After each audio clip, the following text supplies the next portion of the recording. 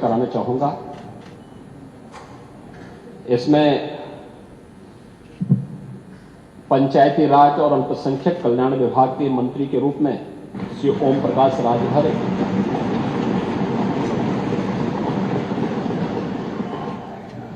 प्रदेश सरकार में विज्ञान और प्रौद्योगिकी मंत्री के रूप में श्री अनिल कुमार जी को, प्रदेश सरकार में कारागार मंत्री के रूप में श्री दारा सिंह चौहान जी को,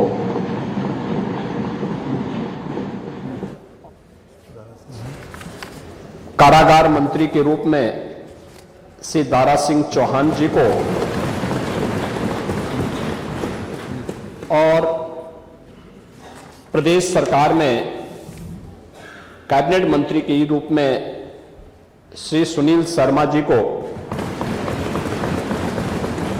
मंत्रिमंडल में शामिल किया गया है।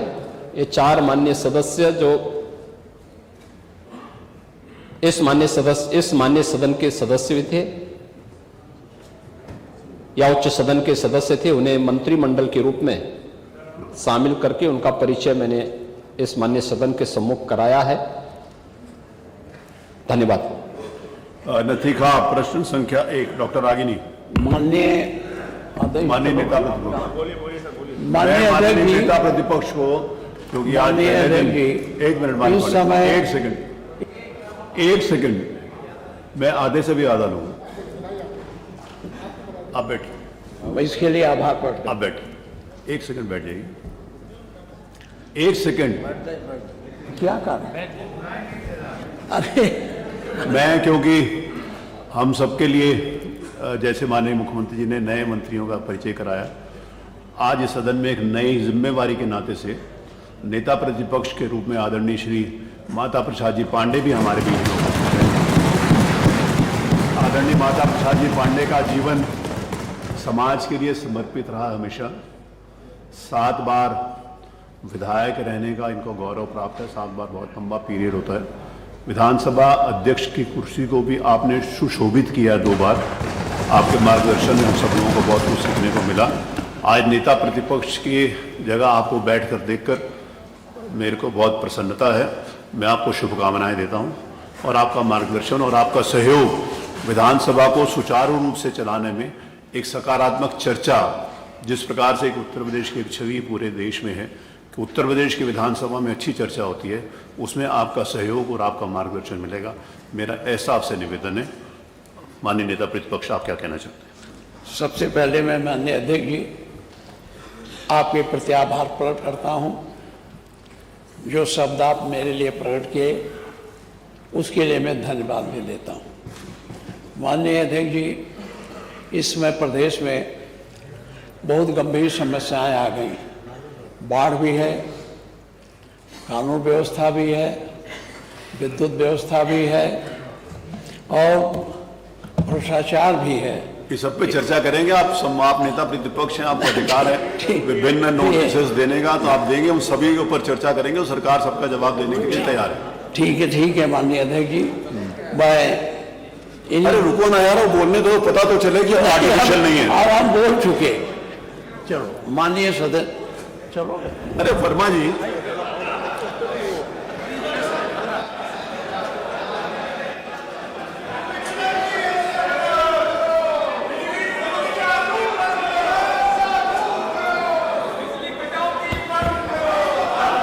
अब आप क्या चाहते हो?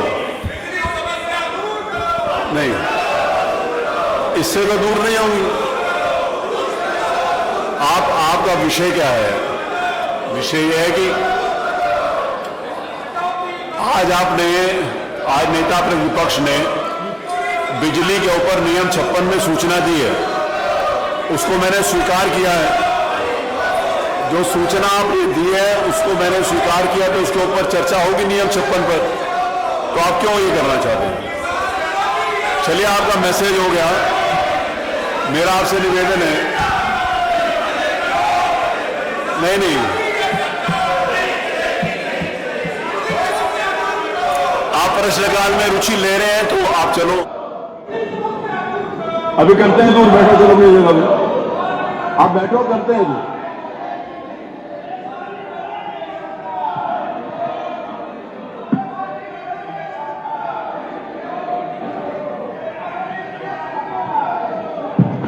मेरा आपसे निवेदन है, माननीय नेता प्रतिपक्ष, आपने जो सूचना दी है, मैंने उस सूचना को स्वीकार किया है, आपके द्वारा दी गई सूचना को स्वीकार किया है। अभी नियम 56 मद आएगा तो मैं आपकी सुनूंगा। मेरा आपसे निवेदन है कि आप अपनी सीट पर जाएं। अगर आप गंभीरता से, अगर आप चाहते हैं कि हाउस स्थगित ना हो, तो कोई ये मद आएगा तो मैं आपकी सुनूंगा। मेरा आपसे निवेदन है कि आप अपनी सीट पर जाएं। अगर आप गंभीरता से, अगर आप चाहते हैं कि हाउस स्थगित ना हो, क्योंकि ये मैं बर्दाश्त नहीं कर सकता और पहले भी नहीं किया और अभी भी नहीं करूंगा। अगर आप चाहते हो कि आगे विधानसभा का आज का सत्र अच्छी तरीके से चले, तो मेरा आपसे निवेदन है कि आप सब लोग अपनी सीट पे चले जाएं। अगर आप अपनी सीट पे जाएंगे तो अच्छी तरीके से हाउस चलेगा, आपकी बात आएगी। आप लोग चलें, प्लीज चलें। आप चलने दो। या आप मुझे टेस्ट करने आए थे कि अपना टेस्ट देने आए थे?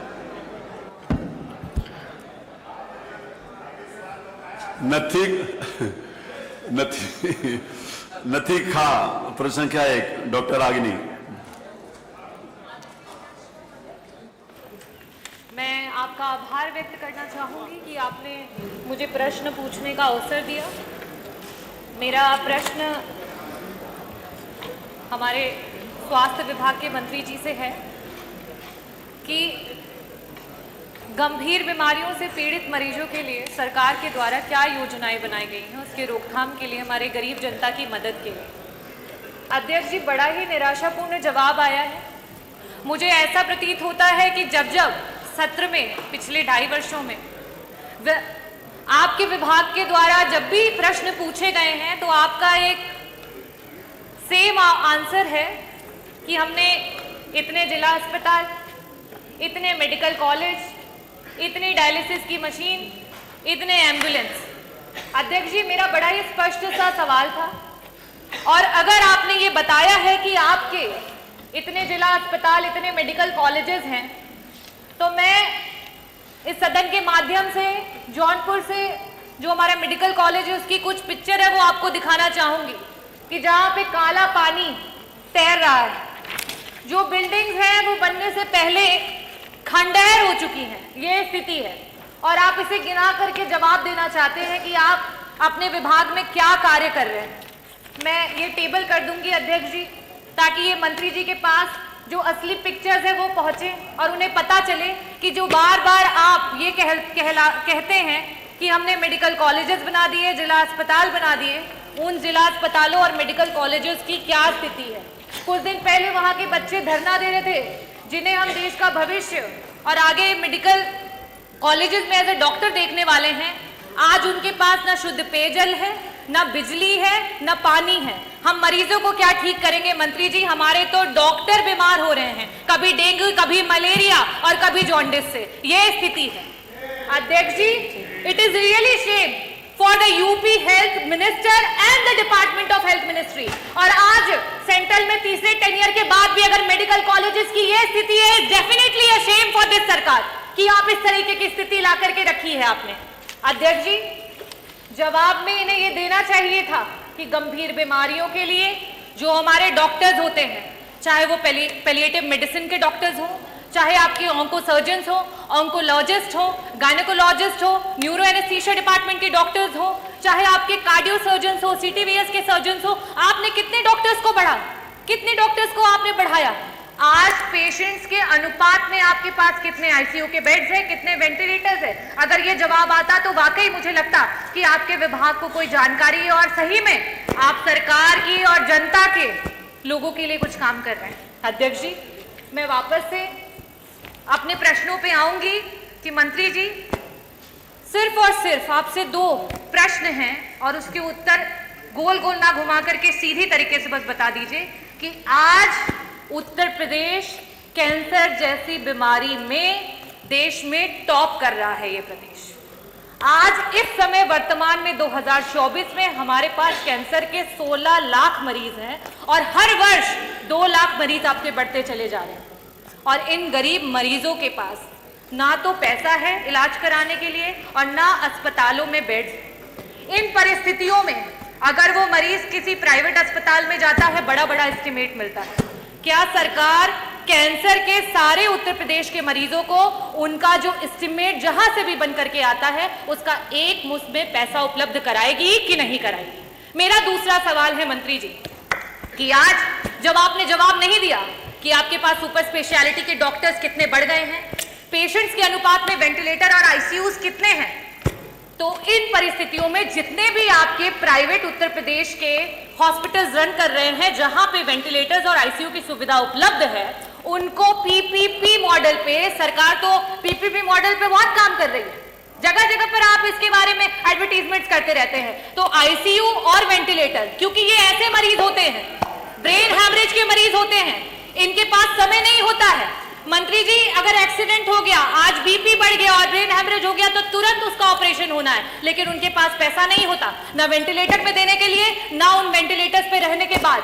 तो मैं आपसे अनुरोध करना चाहूंगी कि पीपीपी मॉडल पे जितने भी हमारे प्राइवेट हॉस्पिटल्स हैं उनको ऐड करते हुए हमारे मरीजों को मुफ्त में इलाज और समय पर इलाज दिलाने के लिए क्या सरकार काम करेगी? बहुत बहुत धन्यवाद। माननीय उप मुख्यमंत्री जी।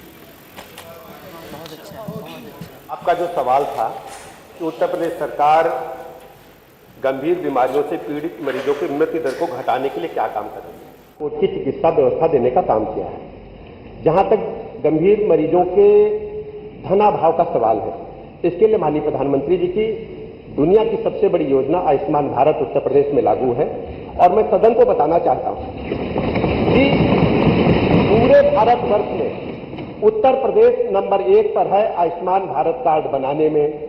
और हमने सरकारी अस्पतालों के साथ साथ प्राइवेट अस्पतालों को भी उसमें चिन्हित किया है, रजिस्ट्रेट किया है, वहां भी हम निःशुल्क इलाज दे रहे हैं। सबसे बड़ी बात यह है एम्बुलेंसेज के बारे में, हमारी 102 एम्बुलेंसेज और 108 एम्बुलेंस लगातार काम कर रही है। 2200 एम्बुलेंस हमारे पास 108 की है, 2270 एम्बुलेंस हमारे पास 102 की है और इनको हम लगातार मरीज को अस्पतालों तक पहुंचाने का काम कर रहे हैं। डायलिसिस की चिंता हम आप माननीय सदस्य ने की। डायलिसिस के बारे में उत्तर प्रदेश में इससे पहले जिला स्तर पर डायलिसिस नहीं होते। बड़े शहरों में कानपुर, लखनऊ, मेरठ, बनारस जैसे बड़े शहरों में होते थे। डायलिसिस की सुविधा देने वाला राज्य 74 जनपदों में आप हर जिला मुख्यालय पर डिस्ट्रिक्ट हॉस्पिटल में 10 बेड उपलब्ध है, जिससे डायलिसिस की सुविधा हम दे पा रहे हैं। 71 हमारे जिला चिकित्सालय है जहां हम सिटी स्कैन की सुविधा पहली बार दे पा रहे हैं। पहले डिस्ट्रिक्ट हॉस्पिटल्स में सिटी स्कैन की सुविधा नहीं होती। इसके अलावा टीबी रोगियों के बारे में आपने चिंता ही नहीं की। टीबी रोगियों के बारे में पहली बार उत्तर प्रदेश सरकार ने टीबी रोगियों को इतनी बड़ी संख्या में चिन्हित किया है और चिन्हित करने के साथ साथ टीबी से मुक्ति दिलाने के लिए हम उनको गोद भी ले रहे हैं। हमारे सभी अधिकारी, हमारे माननीय विधायकगण, हमारे जनप्रतिनिधिगण और उनको पोषण सामग्री भी उपलब्ध करा रहे हैं। टीबी की रोगियों की संख्या में हम तेजी के साथ कम करने के दर तेजी के साथ आगे काम कर रहे हैं। इसके अलावा सभी जिला चिकित्सालयों में हमने क्रिटिकल केयर यूनिट बनाए हैं जो आज तक नहीं थे, जो 50 और 100 बेड के हैं, जहां पर हम सभी टर्शरी केयर की सुविधाएं उपलब्ध कराने जा रहे हैं। जहां तक स्पेसिफिक सवाल कैंसर से पीड़ित मरीजों के लिए है, हम आपको बताना चाहते हैं आयुष्मान भारत कार्ड के साथ साथ माननीय प्रधानमंत्री जी की जो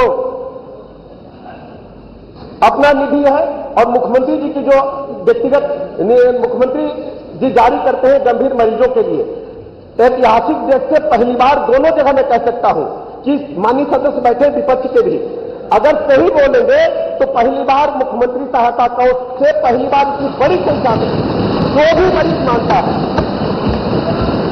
इसमें कोई हस्तक्षेप नहीं है, कोई भी इसमें विभाजन नहीं है।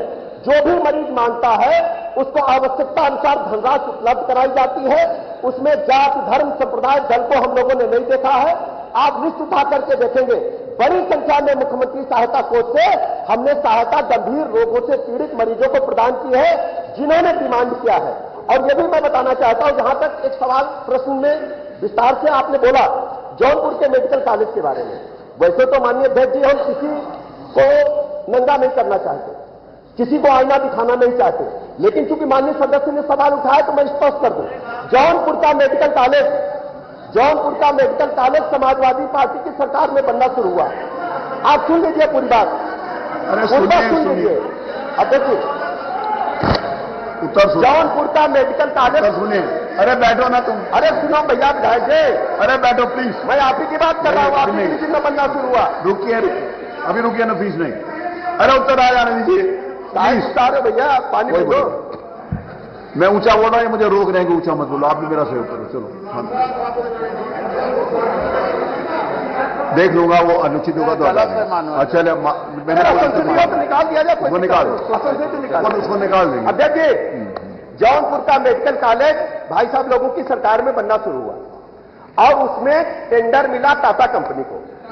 टाटा कंपनी के अधिकारियों को जबरदस्ती बलात् एक व्यक्ति को इन्होंने काम दिला दिया और वो भगोड़ा साबित हुआ, भाग गया और काम की गुणवत्ता को पैसे लूट करके खा गया। उसकी जांच चल रही है। यही लोग बनाने वाले हैं, यही लोग बनाने वाले हैं। जब आप एक उंगली उठाते तो तीन उंगली तुम्हारी तरफ उठती है। भ्रष्टाचार की जमीनी रही है। पहली बार भारतीय जनता पार्टी की सरकार में स्वास्थ्य सेवाएं उच्च कोटि की हम लोग प्रदान कर रहे हैं।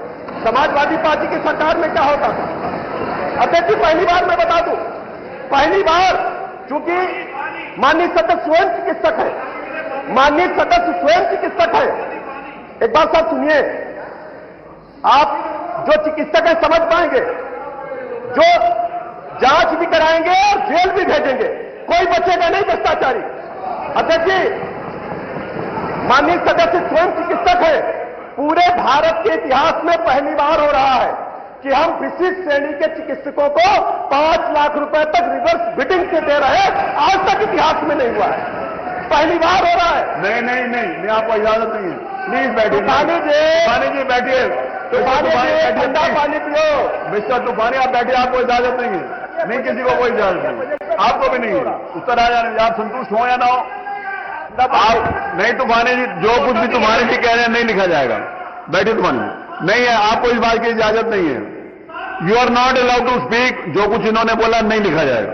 ऐसे नहीं है कि कोई भी बीच में खड़ा होकर बोलना शुरू कर देगा।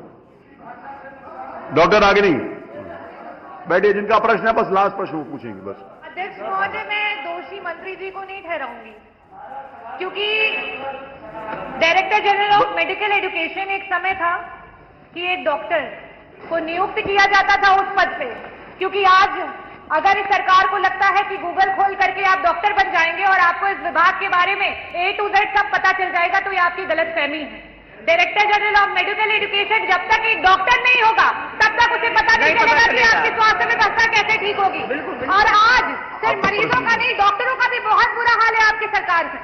और प्रश्न क्या आपका? प्रश्न ये प्रश्न पूछना चाहूंगी कि क्या सरकार डीजीएमई के पद को चेंज करके आईएएस ऑफिसर से हटा करके एक डॉक्टर जो उस विभाग के बारे में पूरी जानकारी रखता हो उसको वहां पे बिठाएगी या नहीं बिठाएगी? अध्यक्ष जी, सवाल तो ये स्वास्थ्य विभाग से इन्होंने लगाया है, सवाल इन्होंने चिकित्सा शिक्षा का पूछा है, लेकिन फिर भी मैं बता देता हूं, उत्तर प्रदेश सरकार ने कैबिनेट से पास किया है और इसको हमने निर्णय लागू किया है, उसके अच्छे परिणाम आ रहे हैं, कहीं कोई दिक्कत नहीं है। माननीय अध्यक्ष जी, मैं आपके माध्यम से, क्योंकि माननीय मंत्री जी ने अपने जवाब में टीबी का जिक्र कर दिया है, इसलिए मैं जानना चाहता हूं क्या प्रदेश में सभी जिला मुख्यालयों पर, प्राथमिक स्वास्थ्य केंद्रों पर टीबी की दवा उपलब्ध है? यदि नहीं है तो कब तक पहुंचा देंगे? टीबी की दवा माननीय अध्यक्ष जी हर जगह उपलब्ध है।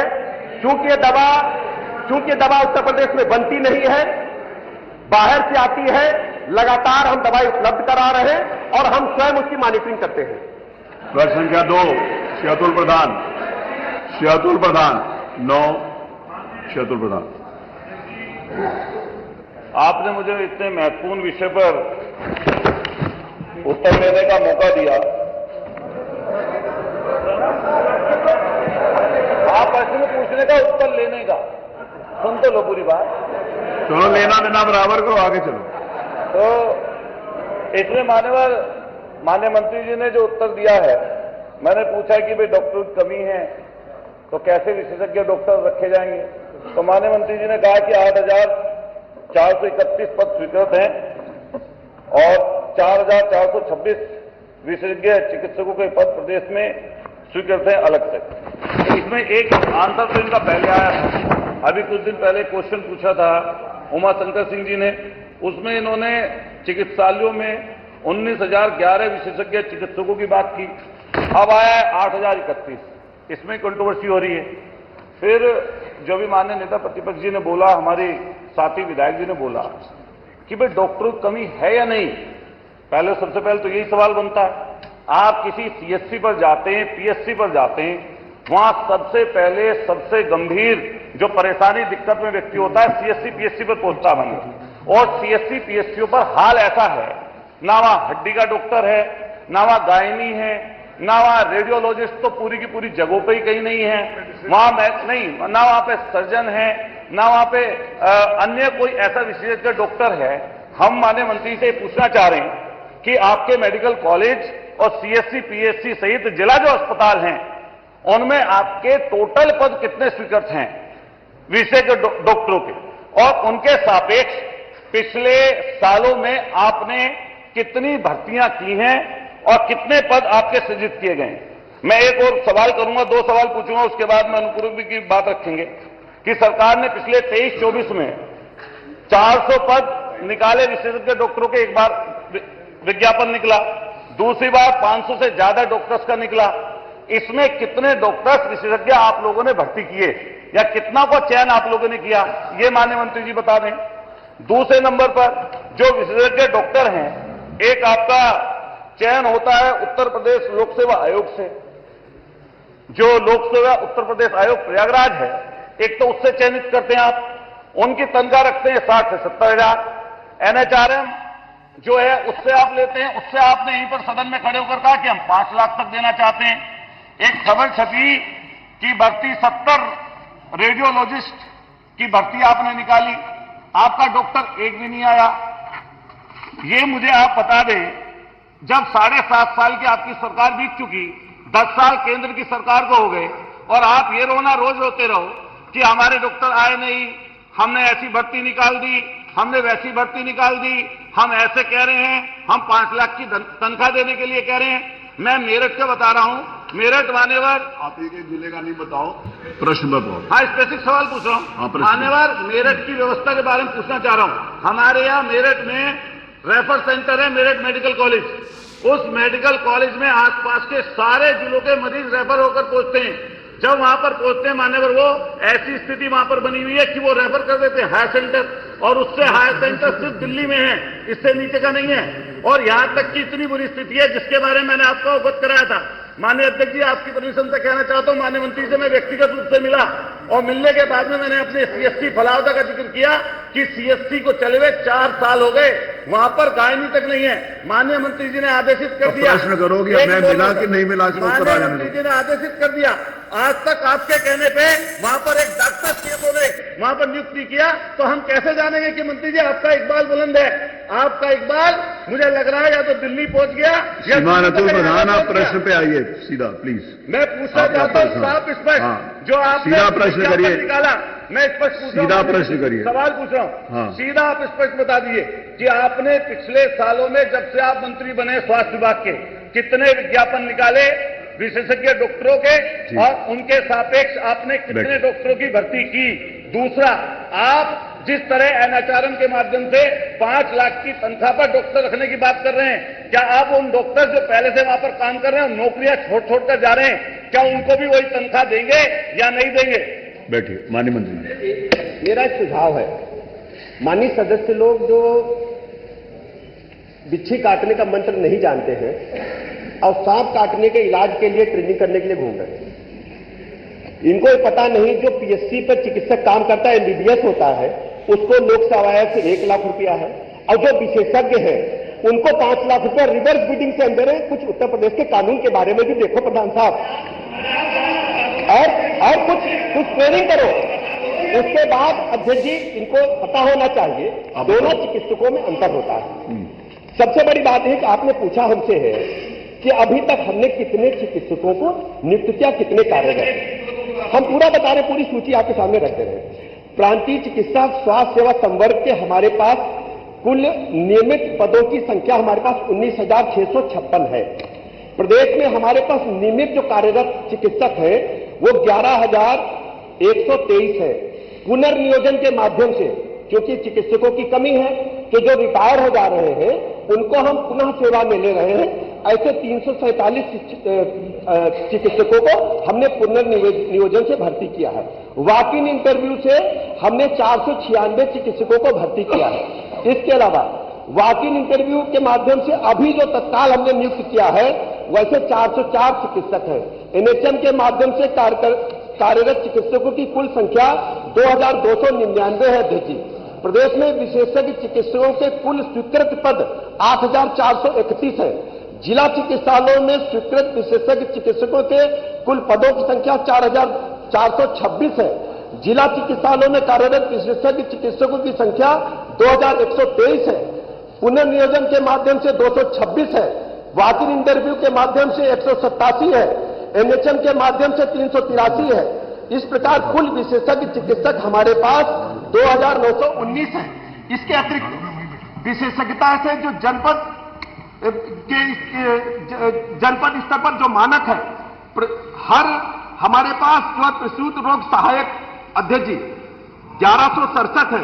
निश्चेतक हमारे पास 1428 है। बाल रोग चिकित्सक हमारे पास 1529 है। रेडियोलॉजिस्ट हमारे पास 150 है। पैथोलॉजिस्ट 175 है। जर्नल सर्जन 1,427 है। जर्नल फिजिशियन 1,387 है। नेत्र रोग विशेषज्ञ 175 है। हड्डी रोग विशेषज्ञ जिला चिकित्सालयों में 244 है। कान नाक गला विशेषज्ञ 175 है। त्वचा रोग विशेषज्ञ जिला स्तरीय अस्पतालों में टेली रेडियोलॉजी है तो 145 है। मनोरोग विशेषज्ञ में ये बताइए अब आपको क्या दिक्कत है? 129 है। माइक्रोबायोलॉजिस्ट 75 है। फोरेंसिक जो पोस्टमार्टम के लिए है 150 है। पब्लिक हेल्थ स्पेशलिस्ट 75 है। इस प्रकार हम कह सकते हैं। नहीं, यही जवाब है इसमें। देखिए माननीय उप मुख्यमंत्री जी और एक सेकंड, आप बैठिए। एक सेकंड बैठिए, मेरा निवेदन है। एक सेकंड। एक मिनट। माननीय उत्तर प्रधान जी, जो आपने पूछा वही उन्होंने बताया। एक सेकंड, मैं आपका प्रश्न पढ़ रहा हूं। आपका प्रश्न ये है कि डॉक्टर जिला मुख्यालय की स्थिति में कितने कितने डॉक्टर हैं और कितने, आपने जो पूछा है वही ये बता रहे हैं। आपने यही पूछा प्रश्न में कि कितने ने अनुपूरक, ये जो डॉक्टर अनुपूरक में भी आपने यही पूछा कि डॉक्टर्स हैं और कितने डॉक्टर्स नहीं हैं। आपने यही पूछा, वो बता दिया ना उन्होंने। से आपने कितने विज्ञापन निकाले विशेषज्ञ अभी डॉक्टरों उसकी सूचना तो नहीं होगी, है सूचना तो बता रहे जो आपने पूछा वो बता रहे ना। विज्ञापन निकाला, उनमें से कितने माननीय मुख्यमंत्री आपको सूचना बता। मैं बता दूं सर, 12 हैं, 12 कुल। अरे वो आपने बता दो। बता रहे। ओम प्रकाश जी, आपका हाथ खड़ा कर रहा हूं। आपने डॉक्टरी का क्या मतलब? भर्ती के स्रोतों के बारे में अतुल जी ने पूछा था। मैंने दुर्गा जी को सब मालूम है। भर्ती के स्रोतों के बारे में पूछा है। मैं बता रहा हूं। आपने पिछले अपने कार्यकाल में कितने विशेषज्ञ डॉक्टरों की भर्ती निकाली, उनका विज्ञापन मैं स्पेसिफिक वही बता दीजिए आप। वही बता रहे, उसके साथ डॉक्टर आए, बस ये बता दो आप। वही बता रहे हम और बाकी। अध्यक्ष जी, ये सर्वविदित है कि 2017 से पहले प्रदेश में मेडिकल कॉलेजों की संख्या कम थी। नहीं, अतुल जी सुन लीजिए पूरी बात को। अरे भाई सुन तो लीजिए। अध्यक्ष जी सुनना नहीं चाहते। अरे सुना तो सुनना नहीं चाहते, बताएंगे कैसे? अरे वही बता रहे। सुन तो लीजिए। बैठो तो प्रधान, सुन तो लीजिए। अरे बैठो, गुस्सा नहीं। अरे गुस्से से बीपी बढ़ेगा, एक और डॉक्टर बुलाना पड़ेगा। बैठो। अरे बैठो। अध्यक्ष जी, ये सर्वविदित है कि पूरे देश में चिकित्सकों की संख्या की कमी है। माननीय प्रधानमंत्री जी ने 1 डिस्ट्रिक्ट 1 मेडिकल कॉलेज इसीलिए खोलने पर काम किया है। अरे सुनो तो और एक चिकित्सक बनने में एमबीबीएस को 5.5 साल और एमडीएमएस को 8 साल मिनिमम लगता है। हमारी सरकार नए भारत के निर्माण के लिए काम कर रही है। उत्तर प्रदेश तेजी के साथ ग्रोथ इंजन के रूप में पूरे देश में उभर करके आ रहा है। और अरे वो सही कह रहे हैं, डॉक्टर 8 साल बनेगा तब भर्ती होगा, नहीं बनेगा तो भर्ती कहां से कर देंगे? अरे आज जो रेट दे 8 साल से 3 साल में थोड़ी डॉक्टर बन जाएगा। डॉक्टर तो अपना टाइम लेगा बनने के लिए, पूरी पढ़ाई करेगा। डॉक्टरों के कितने विज्ञापन निकाले जब से आप मंत्री हैं? और विज्ञापन निकला अरे वही बता रहे बस। इन्हीं चुनौतियों से जूझने के लिए आप सुनो, रिवर्स बिडिंग पहली बार उत्तर प्रदेश में पूरे देश में शुरू हुई। उसमें ये सारा जवाब आ गया। वॉक इन इंटरव्यू के माध्यम से हमने भर्ती किया। अरे जब उन्होंने पूरा ओपन कर दिया है, जितने मर्जी डॉक्टर आए तो उसमें सीधी भर्ती हो रही।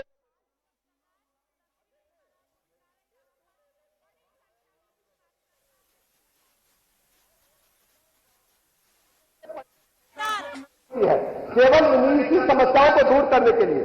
और सबसे बड़ी बात है कि नए medical college 1 district 1 medical college की तरफ हम तेजी के साथ आगे बढ़ रहे हैं। नहीं देखिए, मैं आपकी तरफ देख के बता रहा हूं, सिर्फ मेरा आपकी तरफ लिखा है। जिस समय माननीय उप मुख्यमंत्री जी ने बताया कि हम लोगों ने एकदम ओपन कर दिया, सुने हुए रिवर्स बिडिंग के आधार के ऊपर भी जितने भी डॉक्टर्स आए, हमारे पास जितनी वैकेंसीज हैं उसके ऊपर भी जो आएंगे डॉक्टर तो तभी भर्ती होंगे ना। जैसे देश में उन्होंने बताया कि पूरा डॉक्टर पढ़ने में, जिस समय क्वालिफाई करने में, पोस्ट ग्रेजुएशन होने में या डीएम बनने में टाइम लगता है, तो जो डॉक्टर्स आएंगे उनकी भर्ती के लिए ओपन है। जितने भी डॉक्टर्स उपलब्ध है सारे लिए जा रहे हैं, उसमें कोई बंदिश नहीं दिखाई जा रही, किसी डॉक्टर को मना किया जा रहा हो। इसीलिए जितने भी डॉक्टर्स लिए जाएंगे उन सबको भर्ती किया जाएगा। प्रश्न संख्या 3 श्री राम सिंह पटेल, नहीं वो नहीं, उससे ज्यादा टाइम नहीं है ना। राम सिंह पटेल है? नहीं है। प्रश्न संख्या 4 नो, आपका आ गया, थैंक यू। प्रश्न संख्या 7 श्री अनिल प्रधान, अनिल उसको बैठा दो बगल वाले को। धन्यवाद अध्यक्ष जी, धन्यवाद। ये जो देखिए अनिल जी, आप भी सुन लीजिए और बाकी, क्योंकि मेरे को थोड़ा सा दवा के लेने के लिए जाना है। जो भी है, जो आप प्रश्न करेंगे माननीय मंत्री जी उसका उत्तर देंगे, उसके बाद एक बार आपको अनुपूरक करने का अवसर मिलेगा। अपना स्पेसिफिक प्रश्न के ऊपर रहिएगा और आप अगर कोई बहुत ज्यादा इंपॉर्टेंट होगा तो नेता प्रतिपक्ष अगर कोई बात पूछना चाहते हैं, नेता प्रतिपक्ष का हमेशा अधिकार है, वो पूछेंगे। श्री अनिल प्रधान को अवसर मिलेगा, श्री ओमेश जी को और डॉक्टर संग्राम सिंह जी को एक एक प्रश्न करने का अवसर मिलेगा। धन्यवाद अध्यक्ष जी, आपका हृदय से आभार।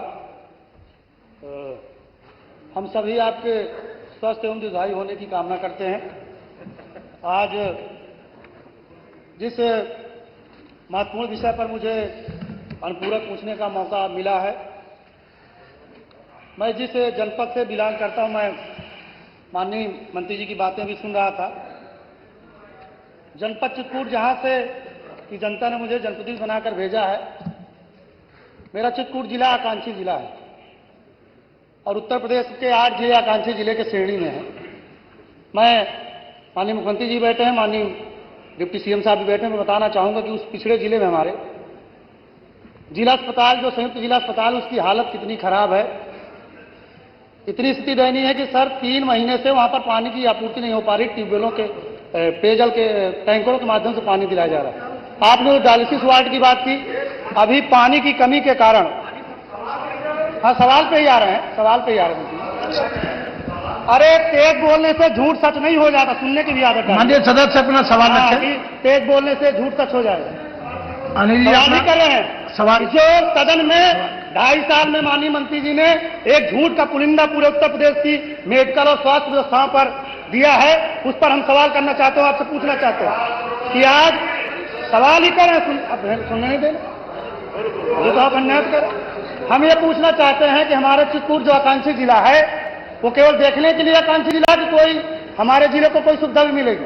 आपने वहां 200 बेड का अस्पताल बना है, संयुक्त जिला अस्पताल है ना, वहां पर डॉक्टरों की कमी है, प्रसव और हड्डी के ऑपरेशन की कोई व्यवस्था नहीं है। पूरे साल में सैकड़ों मौतें हमारी बहनों की प्रसव के दौरान होती है। मेरे जो क्वेश्चन है आपसे, कि जो हमारा कांची जिला के हमारे जिले में जो डॉक्टरों की कमी है, मैं आपसे एक बार मीडिया विषय अनुरोध। ठीक है, आपने सवाल पूछ लिया माननीय उसी मंत्री। विषय पर आ रहा हूँ सर, वो जनता से ही जुड़ा विषय है, स्वास्थ्य विभाग से जुड़ा विषय सीधा है। सवाल आकांक्षी पूछें, जिला जिससे आपको हमारा उत्तर क्या जो मिले। डॉक्टरों की कमी है उसको दूर करने का काम आप करेंगे, पहला है। दूसरा जो तो यूपी का मॉनसून सत्र शुरू हो चुका है, जिसका आगाज हो चुका है और आप देख रहे हैं किस तरीके से विपक्ष के जो तमाम विधायक हैं वो सवालों की झड़ी लगा रहे हैं। मॉनसून सत्र के दौरान सरकार से सवाल पूछे जा रहे हैं और वहीं जो नेता हैं सदन के वो इसका जवाब दे रहे हैं। ब्रजेश पाठक को अभी आपने जवाब देते हुए सुना और ये देखिए जिस तरीके से सवाल उठाए जा रहे हैं, लग रहा है कि इस बार का जो भी सत्र होने जा रहा है काफ़ी हंगामेदार हो सकता है। यूपी में विधानसभा सत्र के मॉनसून सत्र का आगाज होने से पहले बीजेपी विधानमंडल दल